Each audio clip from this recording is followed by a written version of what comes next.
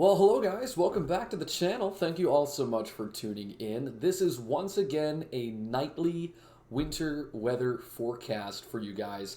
I am feeling a little bit better, as you can maybe tell or maybe not. I did somewhat lose my voice, but I do feel better from yesterday. So I don't know if that was just allergies or what. I've had this like off and on cold thing going on for the last couple of weeks. So appreciate you guys watching the video yesterday. Thank you so much for your continued support. I want to start today with this video. So what we're going to take a look at here is especially for you folks with your pickup trucks, okay? I know a lot of times you guys in your four-wheel drive, you think that you're going to be a-okay with that ability of four-wheel drive driving through, say, icy conditions, right? You know, you got your truck, you got your big rig, you got some stuff in the back, and you're going to be a-okay.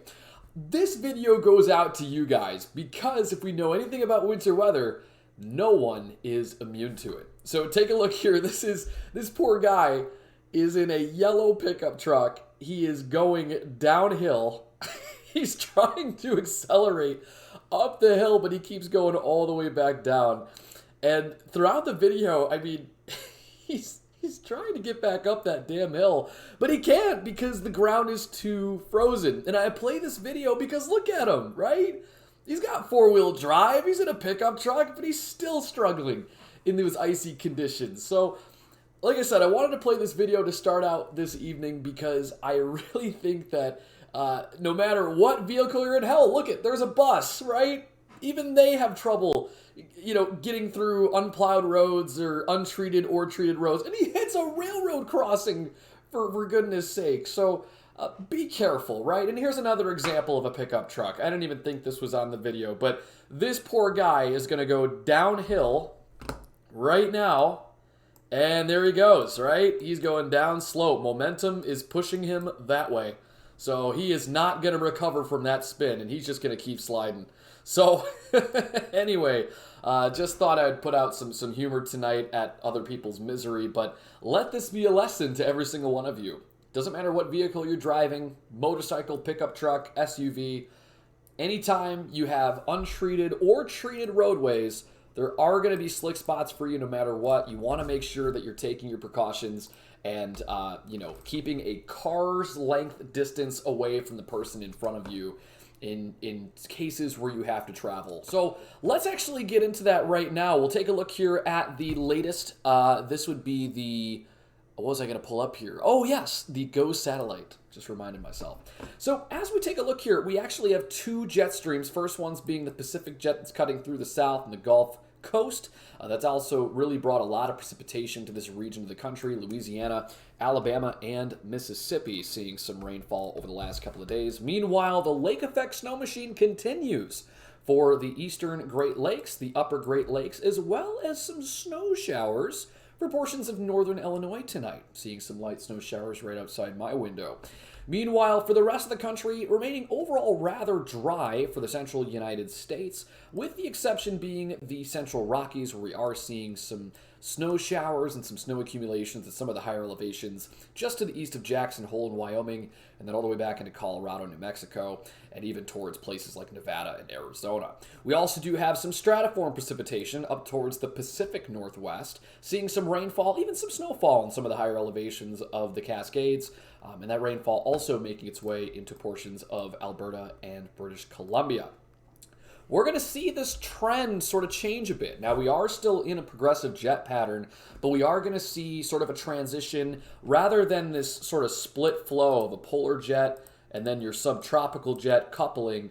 That's going to change later on this week, and we're going to transition more towards a trough ridge pattern. So we expect to see, with high pressure out here off the coast of Florida, some warm air advection into the northeast and New England. By the time we do get to late this week, we will see temperatures rebound well above average, may even see some 50s in some localities right here in the northeast, while portions of northern New England, by the time we get to late this week, you're not going to be seeing much in the way of warmth. Instead, we're going to see continuous snowfall opportunities for places like Maine, Vermont, and New Hampshire. Could see some measurable snowfall out of that and some accumulations as well. And then lastly, our shortwave trough, as we drew here, not drawn to scale, This trough is expected to eventually move to the northeast.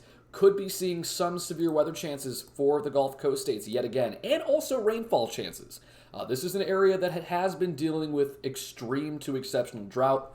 While we do like to see rainfall frequency picking up for this region, like we've seen the last couple of weeks, the last thing we want to be dealing with in these areas is going to be the threat for severe weather. We already saw a few tornado reports just last week in places like central Louisiana and northern Alabama, Mississippi. So that's also going to be on the cards. Could see some severe weather along with some of those thunderstorms as they make their way into that area of the country by the time we get to Thursday and Friday. Let's take a look here finally at just your precipitation totals for tonight.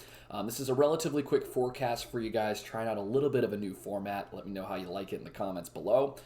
We have quite a bit of rainfall taking place for two areas of the country.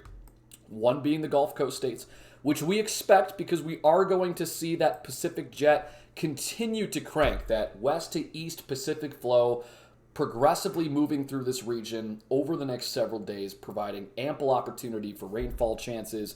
Could see some elevated rainfall amounts and some of the heavier thunderstorms that move through in places like Louisiana, Alabama, and Mississippi.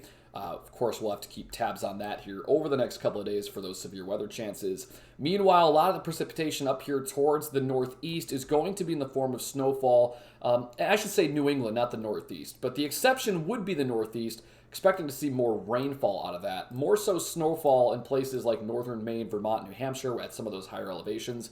Even parts of upstate New York could see some snowfall as well with that next system later on in the week. Our second major area of precipitation is then going to be the Pacific Northwest, where we are expecting more of that streamlined flow to move through. Could see once again some snowfall in some of the higher elevations, but mostly this is going to be a rain event for places like Seattle, Tacoma, getting all the way down into Portland.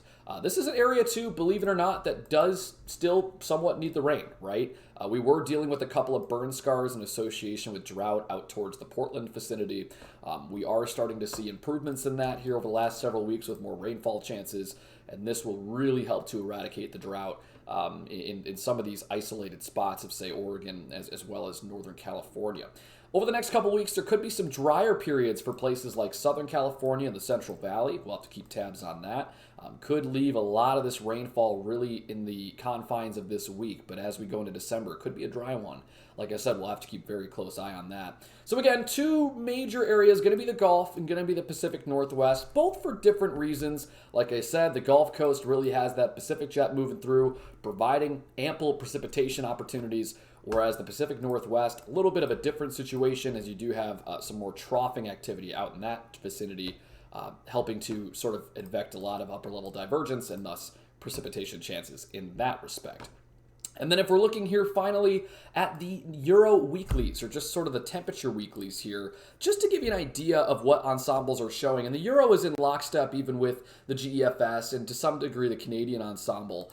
Going into this week, we are expected to see, once again, above average temperatures for the central United States. You can thank that shortwave trough for that, especially as that takes on more of a negative tilt by the time we get to later on in the week. That's going to help to set up a nice warm sector. You also are going to have a low pressure associated with that shortwave trough. That's going to have a pretty broad warm front, cold front regime, and thus bringing that warm air and advecting it as far north as, say, the upper Midwest and the upper plains. That takes us into later on in the week. And as you can see, we do still remain slightly above average, but once we get to later on next week, we then transition to colder temperatures for the eastern United States and the central. That being said, throughout the next week or two, I mean, the Rockies are going to remain relatively intact with well below average temperatures. A lot of that having to do with the solid snowpack we're seeing at the higher elevations, adding to the cold temperatures, as well as just the current jet flow that's allowing for some stable air to hang around the Rockies. And that's going to keep your temperatures well below average in places like Colorado and even back towards eastern Utah during this period. But besides the Rockies, if we're just looking here at, say, the eastern and the central United States, right, we see that we go from above average to below average temperatures in the next couple of weeks. We still are seeing these continuous temperature swings.